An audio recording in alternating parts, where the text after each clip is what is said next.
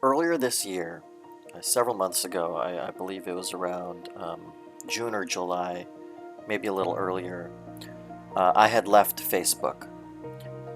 The reason for that was a number of people were really high up on the pro and anti-Trump situation, to the point to where I just had to shut everything down, not just because of the massive amount of information that was coming in, but the massive amount of problems that stemmed from these discussions.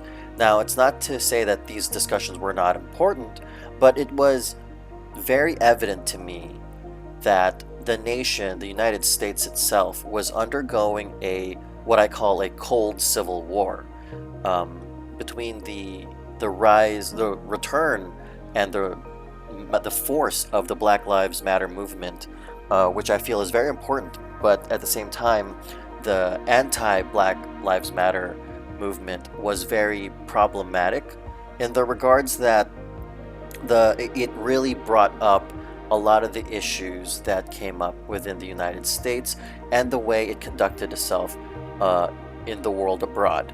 And Simon Sinek, a popular educator and speaker, who was also a consultant for the military once upon a time, he even mentioned in one talk that the Cold War didn't end. The Soviets just pulled out, but we were still going through it, and the United States put a massive target on its back by declaring itself the winner. If you ever find that talk from Simon Sinek, I I advise that you watch it, regardless of whether or not you believe that we are still undergoing a civil war or a Cold War. Um, but yeah, that's ultimately why I shut down Facebook.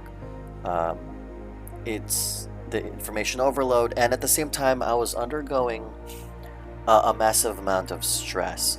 I was entrusted by my company to take on the role of product owner, and it was a surprise to me, but the staff believed that I could take up that mantle and support the team. I wasn't the only product owner.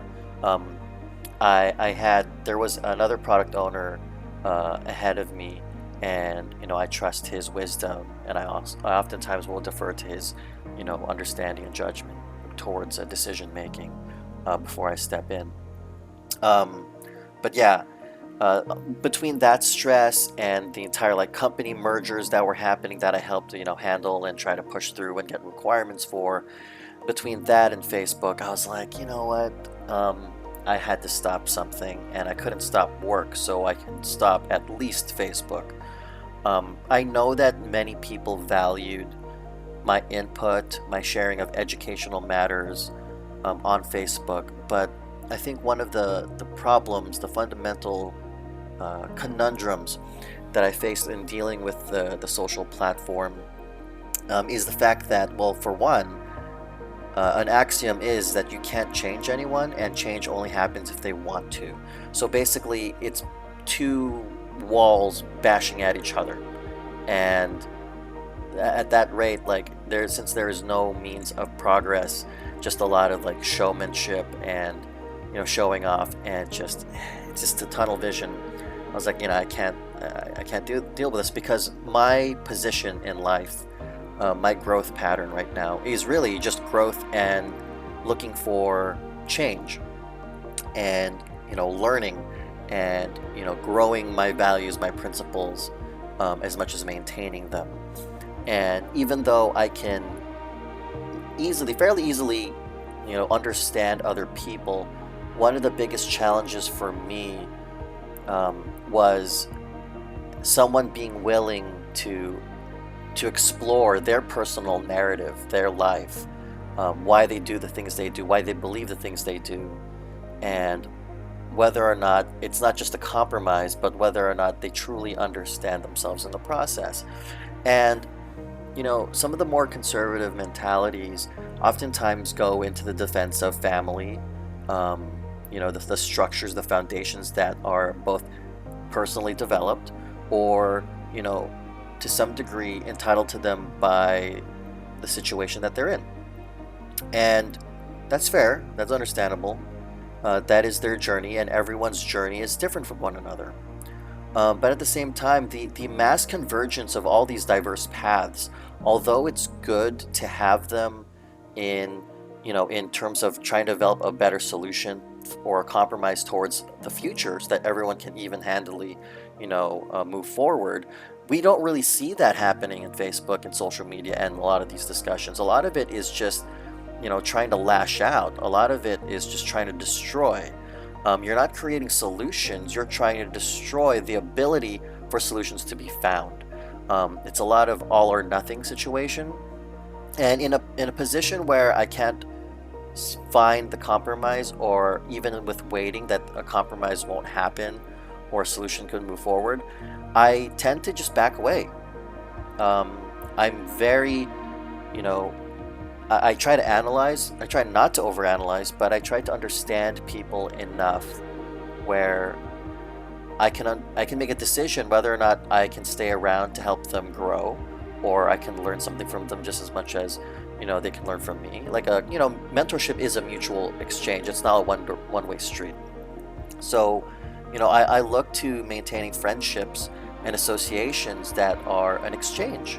You know, I learn from you, you learn from me, we grow and we progress, despite our differences. But instead, I tend to find there are some of the strongest voices out there. They're not the type to change their minds on things, or at least better understand or grow. If anything, there is this false sense of compromise that they exude, and really what that looks like is basically they'll try to learn what the opposing perspective is to a point and then render themselves silent. There is no replay, the feedback of what they understand of your perspective. It's more of a, okay, that's your perspective, silence. And then they continue on with their rhetoric or approach of attacking or criticizing or calling out. And this is not just for politics itself. This is a people thing. And that's something that I'm more aware of, and that's one thing that I'm very curious about, is the exchange and approach of people to critical topics. But if we were talking about politics, or just anything in general that is a matter of importance or management, I would definitely say that, what you choose to vote for, what you support, what you rally behind, is often complicit to what you would personally do. For instance, let's talk about the workplace. If you are okay with the direction of a particular company, or a leader, let's say within a nonprofit or a group of friends or an organization that you are either support or working for, or or in conjunction with, then you are rallying behind that person just by being in vicinity. That's why, let's say for instance in crimes, you're guilty by accessory to the injustice involved. And it's the same thing with politics. If you are voting for a particular person, you are rallying behind anything and everything that person does, because you're deferring your own personal power to that particular person that you voted for. So there's that sense of trust. That's why I personally don't take a particular party. I don't rally behind anyone in particular. And it's because, it's usually whoever does the job the best, the most effectively, that's the person I rally behind. And that specifically goes behind companies, that goes behind management. So even the startups I've been involved with, advising people on their personal lives, it's something that, I personally would rally behind. Or if I rally behind someone like a friend, it has to be within the bounds of my principles, that promote a sense of personal awareness, personal narrative, personal growth. Even if that growth and principles are counter to me, I do appreciate and promote someone being genuinely honest, because when you maintain and grow a sense of honesty, you're creating a level of trust, that can't be shaken, regardless of whatever your personal situation is, whether you're emotionally compromised, or if you're financially compromised or socially compromised. If you stick to your principles and your personal beliefs that are true to yourself in your life's journey, then it's easy to rely on that person, to trust that person, to talk to that person. And that's something that I've often exercised in my own life, is that sense of being authentic to oneself. If you ever get into any leadership books, you'll see that being constantly advised. It's being, honest, it's being, true to oneself and maintaining that and really understanding your own personal history and what makes you yourself and accepting that. Because one of the most critical things that I've learned in these last 10 years of my life on this journey so far is that being my authentic self has opened a lot of doors for me, and it's taught me to close a certain number of doors. Not to say that certain people are unworthy of trust. It's just that my journey in being authentic to myself and being able to encourage other people to be authentic to themselves do require that you take responsibility over your actions and consequences that occur afterwards. It's to inspire courage um, and compassion in the end.